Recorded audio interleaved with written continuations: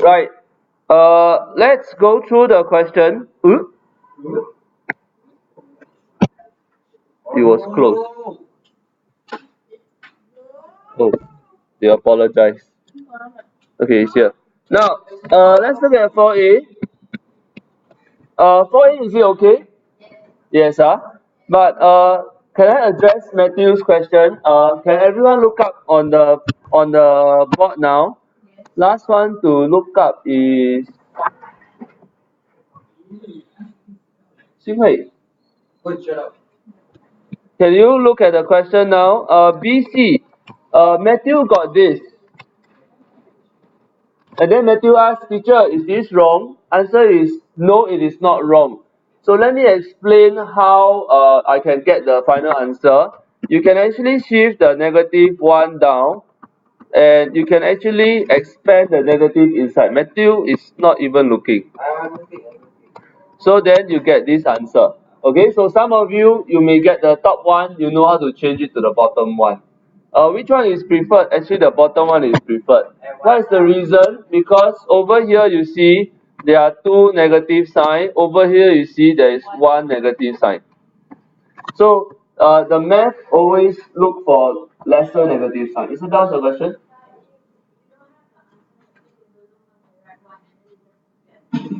Yeah, so I'm telling you, on top got two negative sign, you want to simplify until you got one negative sign.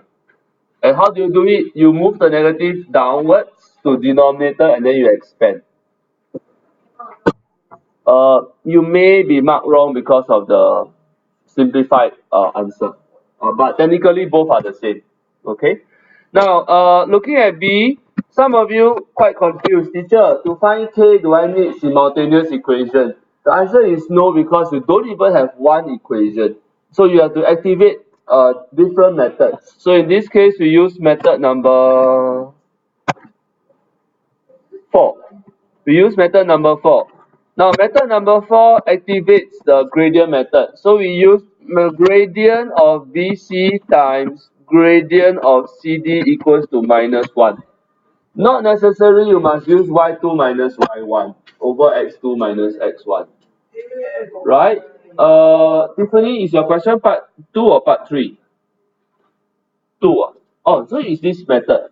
So this method means you just have to plunk in the formula, the two things. What 3?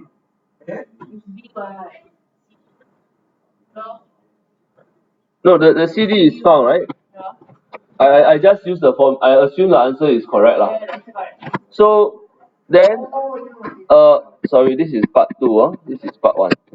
So I look at this thing here. Then it means that I have to group 2 the same lah. So 3 over 2 minus k.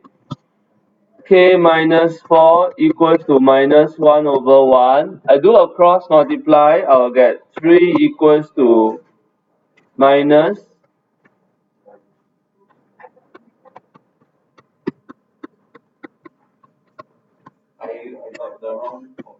so this part is quite tricky. I will multiply the minus inside. So this one will be k minus 2, k minus 4. Then I expand. Then I move right hand side 0. Then I move 3. Then I get k. Okay?